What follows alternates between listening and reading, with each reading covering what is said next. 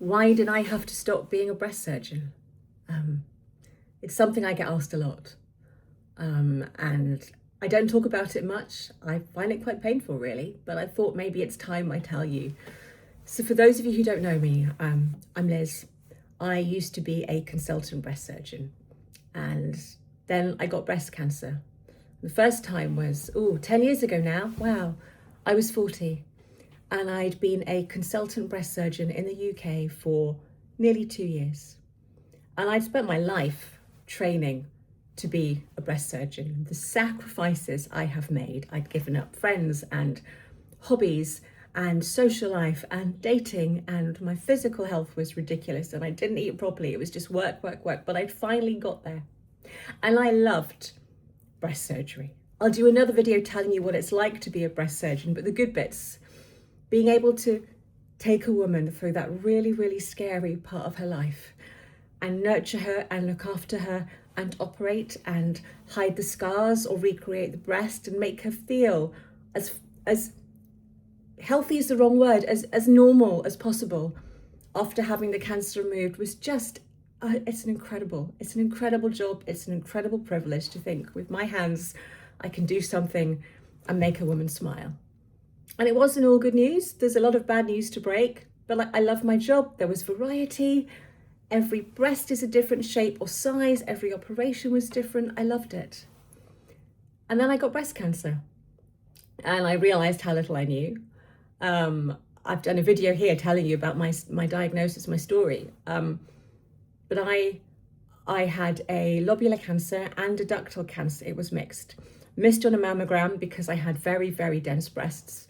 Ultrasound showed the lump that I just saw a lump in the shower one day, and that was 2.5 centimeters on ultrasound. MRI showed it was actually 5.5 centimeters. My nodes were normal, but they gave me chemo up front to try and shrink it down because I was young and it was mainly ductal. It disappeared during chemo, but when I got the results of my surgery, there was actually 13 centimeters of lobular cancer left in my breast, and this one, my normal breast, this one, and 2 of my lymph nodes were positive. So that meant more surgery to remove my lymph nodes and radiotherapy, and I was put on Zoladex injections and tamoxifen, and that all took about a year. And I didn't know whether I could go back to work because I'd been a patient, and I was scared and frightened, and for a year I'd not had to think about anything important. The menopausal side effects, my brain fog, could I actually think again? Could I actually look after patients, having been one myself? And I was really worried because I'd had something called post-mastectomy pain syndrome, which happens in about 15 to 20% of people who get a mastectomy. I didn't really consider it as a surgeon, but when it happens to you, it can be really hard. And I had chronic pain all over my chest wall. It was really sore. And I didn't know whether I could actually operate because I knew how sore it could be. And could I actually break bad news? And when I went to the hospital to meet my line managers to work out how I go back to work, they didn't know what to do with me. We're very good at getting people back when they're trainees, but as a consultant surgeon, there's nothing to follow. So we came up with a 6-month program where I would work at a local hospital. So working with colleagues who I hadn't worked with before, so they could be unbiased and they could honestly say, yes, you can do the job. And God, the first time I watched the consultant break bad news to a woman, she was my age, and I just saw her crumple and her husband crumple, and I had to run out the room. It was like PTSD. I saw what I would have looked like when I was finding out I had bad news, and it was too close. And it took a long time for me to be able to tell someone they had cancer. The first time I did it by myself with a consultant colleague watching me, I got down on the floor, she was crying, and I said, yes, I know it's shit, but we're going to get you through it. And I got told off. You can't say it's shit. We have to be able to pick them up. We still have to be the bad guys. We want to say, look, it's not that bad, because she only had a gentle case of breast cancer, small grade 1, no nodes. But I'm like, you don't know. I know. No, cancer is good to have. I can't tell her it's fine.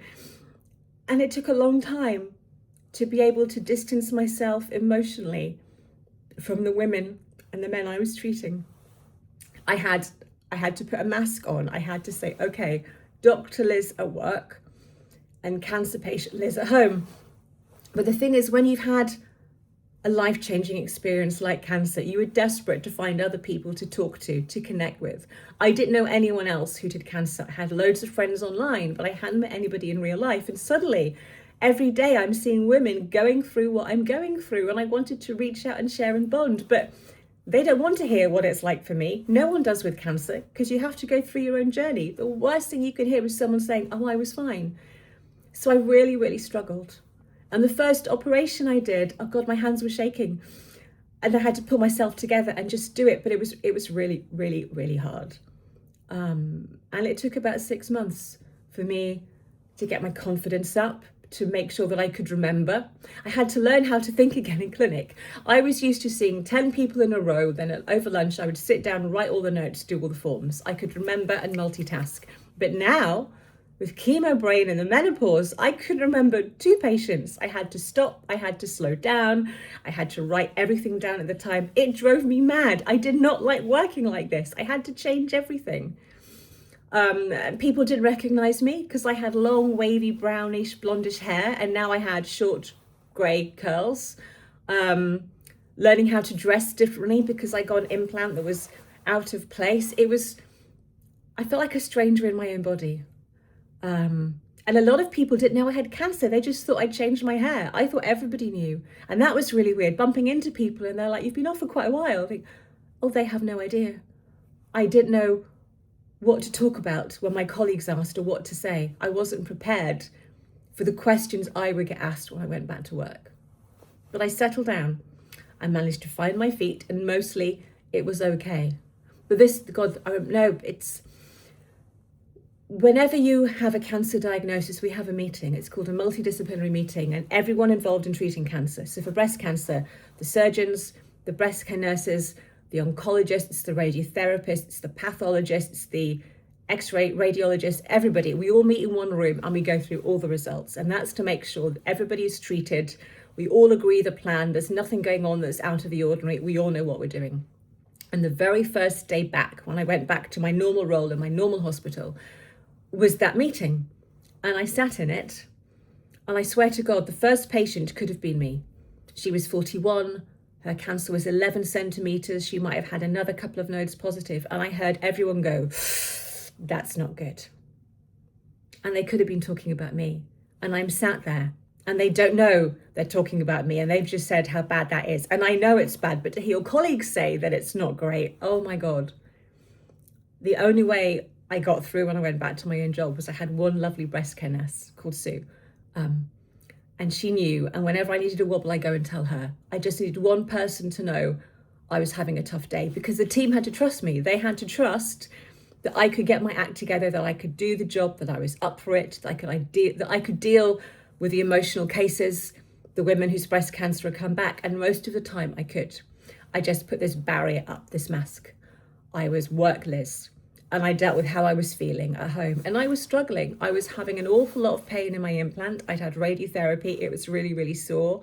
I was struggling with the side effects of the menopause. I'd been on tamoxifen. I was in a lot of pain. I was having Botox injections to try and help with nerve pain. Actually, no, I wasn't. That came later. Ignore that. I get confused. I've had too many recurrences. So I'd been off work for a year. I'd had 6 months training to get back to work as a consultant, and I'd been back. I started in the November of 2017. But over the next couple of months, the pain in my implant was getting so sore, just contractures from the radiotherapy. The implant was hard. I was ready to get it taken out. I was ready to go flat. I'd had enough. And I planned to have it done in the summer, where the workload was relatively low. I'd booked 2 weeks of annual leave to have it done. But I'd also been having a load of scar tissue. I had really bad cording. It's kind of where tight lymph fibers form, often from the armpit scar down the arm. They can feel like guitar strings. It was really painful. I'd got really painful scarring because I'd had 2 lots of surgery and radiotherapy to my armpit. And I got some scar tissue I'd been having physiotherapy on just to try and get my arm moving again. And I went to see my consultant for my final check before we decided to go flat. And she said, let's just scan this just in case. Well, blow me, it was a local recurrence. It was a 2.5 centimeter local recurrence on my chest wall. And I didn't know. And I'm a breast consultant surgeon. I never thought that's a recurrence. It would come back so early. I thought I was free, and that floored me. Because suddenly I was going flat for cancer, not for my own decision, and that made it much, much harder to deal with. And she did a biopsy, and I had to go back to work for the week, keeping it to myself, hoping that it wasn't cancer. But I was a nervous wreck. And if you've had cancer, if you're watching, you'll know what this is like. You can't sleep. You feel sick. Your stomach's gurgling. Your heart's racing. You're imagining the worst. And I had to carry on treating cancer patients. And I remember I did an operating list. And I write about this in my memoir, Under the Knife. I was doing an operating list the day before I got my biopsy results. And it was with a new trainee I'd not met before. And I was trying to take them through it, but I was a nervous wreck, and he was doing something I didn't want him to do or I wasn't used to doing, and I shouted at him. And I never snap. I've learned as a woman, if you snap, people just assume you're having a period. But I snapped, and I felt awful because it's not me, and I was apologizing, but I just knew I'm on edge. And I went to get my results the next morning, and it was a local recurrence. My lobular cancer had come back, and I never went back to work. That was June 2018, and I had surgery to take my implant away and to remove the scar tissue. And then I had another dose of radiotherapy, proton radiotherapy this time, to the same area, to try and stop it coming back there again, because if it did, it could mean having rib resections and things. But we knew that all that treatment in my armpit might cause brachial plexopathy, where you can get damage to the nerves going down the arm. There's a much bigger risk of lymphedema. It might stop my arm working. And I struggled to make that decision. I didn't want to risk having all those side effects in my arm, but my husband was like saying, but I want you to stay alive. I don't want it to come back. So I got a second opinion, and she agreed with my oncologist. And so I had the radiotherapy, and I took my time to recover. And I realized I didn't think I could go back, because having had a local recurrence, I was much more likely to get metastatic disease in the future.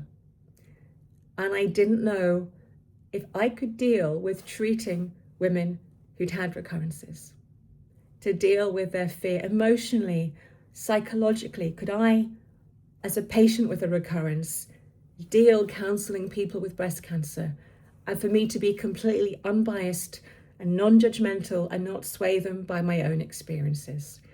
And I really struggled with it. I was worried to relive the PTSD again. It would be so much worse this time. But my arm was really, really sore. It was stiff. I ended up with a frozen shoulder. I couldn't lift it higher than that. I had to go and have it treated. All the scarring, the swelling, things stuck down. I had reduced movement of my arm. I couldn't lift it any higher than that, and I could barely lift it up to the side. And the thing is, for breast cancer surgery, if you're just doing a normal lumpectomy, you're just removing something, like shelling a chicken breast. I'm going to burp, sorry. Please excuse me. It's fine, your arms are relaxed and down here. But when you are doing implants, reconstruction surgery, you have to get up and under, because you're keeping the skin of the breast intact. And often your arm has to be up in this position to pull and have the power. And I couldn't do that. I couldn't keep my arm up in that position and actually pull with strength for any length of time. I physically didn't have the use of that arm to do what I could do. So whether I wanted to operate or not, I physically couldn't.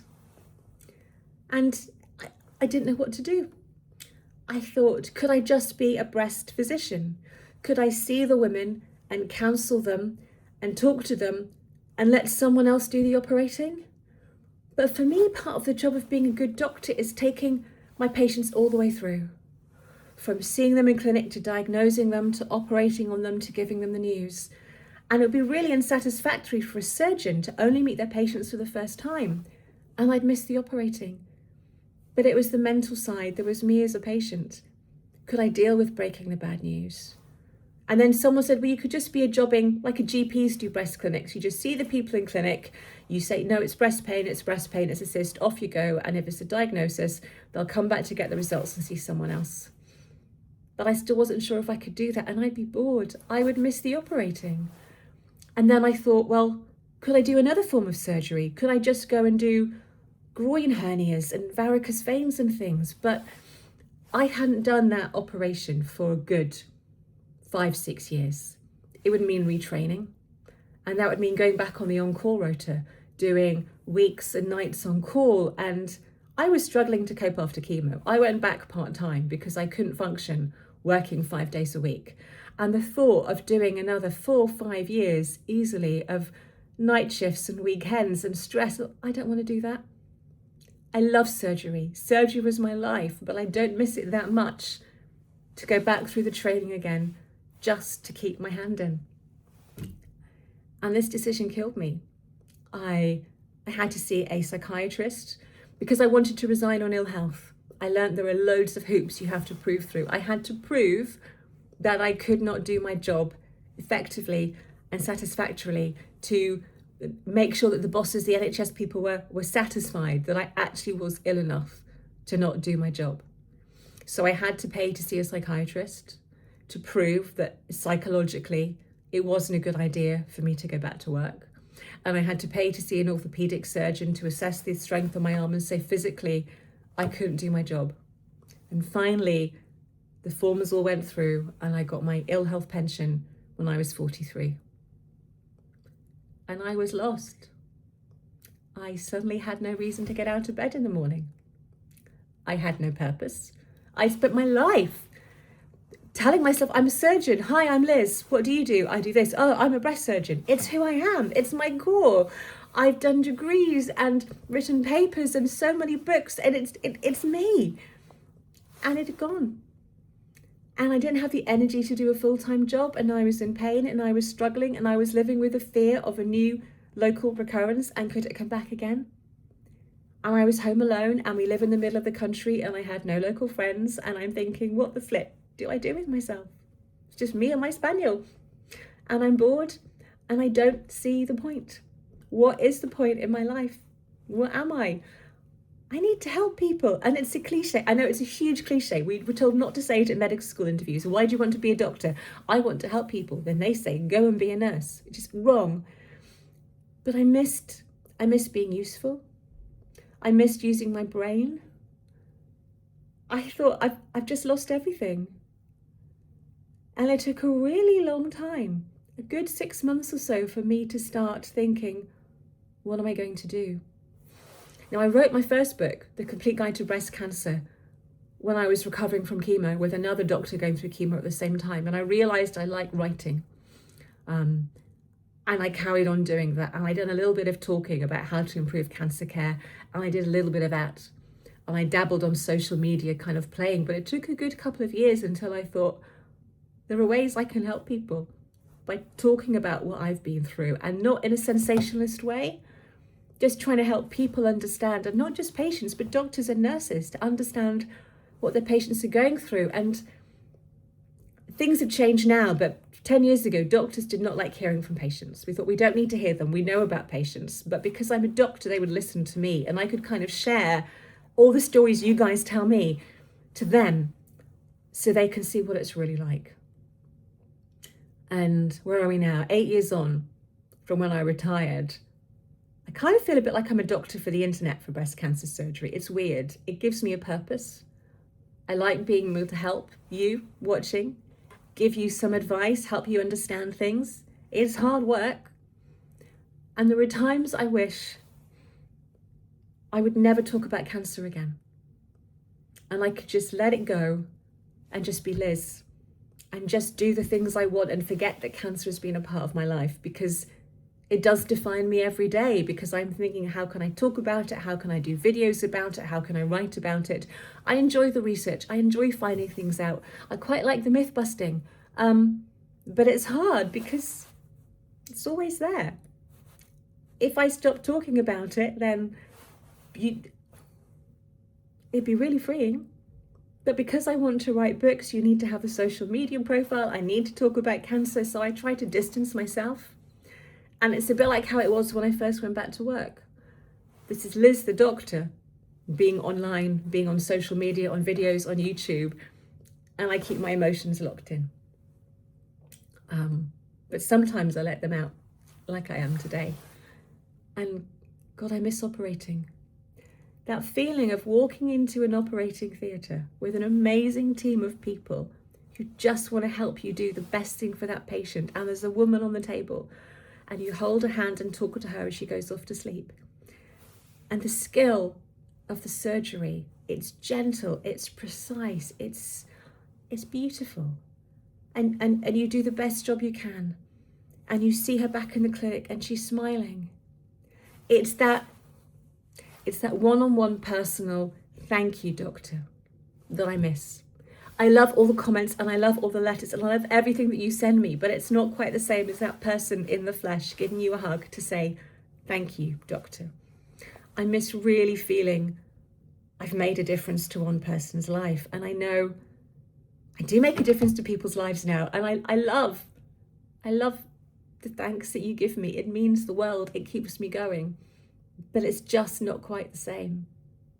And I think that's why I like speaking so much. Being on a stage on those lights is a bit like being in an operating theatre. We used to say surgeons have a God complex, but you have to have that kind of mindset to walk into a room knowing someone has given you permission to operate on them and bad things could happen and you can fix them, you can make them better, and having that power and that control of being on a stage, being able to help people, being able to transform them to make a difference. It is a bit like a drug. I do like it. And I think that's okay.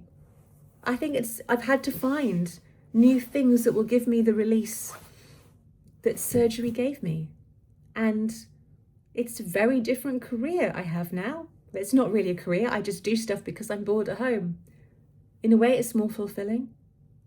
I'm a happier person. I'm more centered. I have hobbies and I have friends and I have activities and things I love doing, and I'm a healthier person for it. But I miss it. I really, really, really miss being a surgeon. Yeah, it's heartbreaking. It really is. But what I thought I'd do next time, is I tell you what it's like to be a consultant breast surgeon. Because if you're watching this as a patient, you see it from your side, what we do to you, what we tell you, what we don't tell you.